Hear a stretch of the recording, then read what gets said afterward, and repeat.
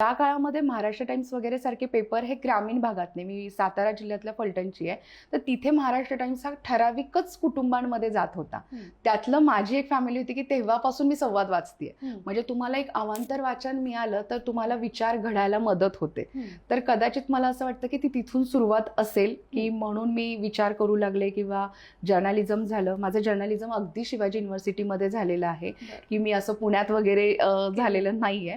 पण तिथून पुढचा जो काही प्रवास होता, सकाळपासूनची सुरुवात आहे माझी सकाळ माध्यम समूहाबरोबरची, इलेक्ट्रॉनिक मीडिया आणि अशी सगळी. त्यामुळे तुम्हाला समाजाबरोबर जोडलं जाणं हे तुमच्यात कुठेतरी उपजत गुण असतात किंवा एक आजूबाजूचं वातावरण आहे.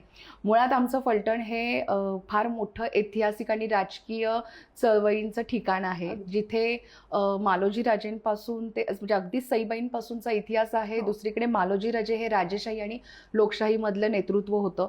अनेक स्त्री क्रांतिकारी आणि या ज्या चळवळी झालेल्या आहेत स्त्रियांच्या संदर्भातल्या, अगदी महर्षी कर्वेंपासूनच्या ज्या काही चळवळी झाल्यात किंवा अगदी महाराष्ट्राचं मंत्रिमंडळ स्थापन होतानाची पण सुरुवात जी झाली ते अनेक बैठका फलटणमधून झाल्या.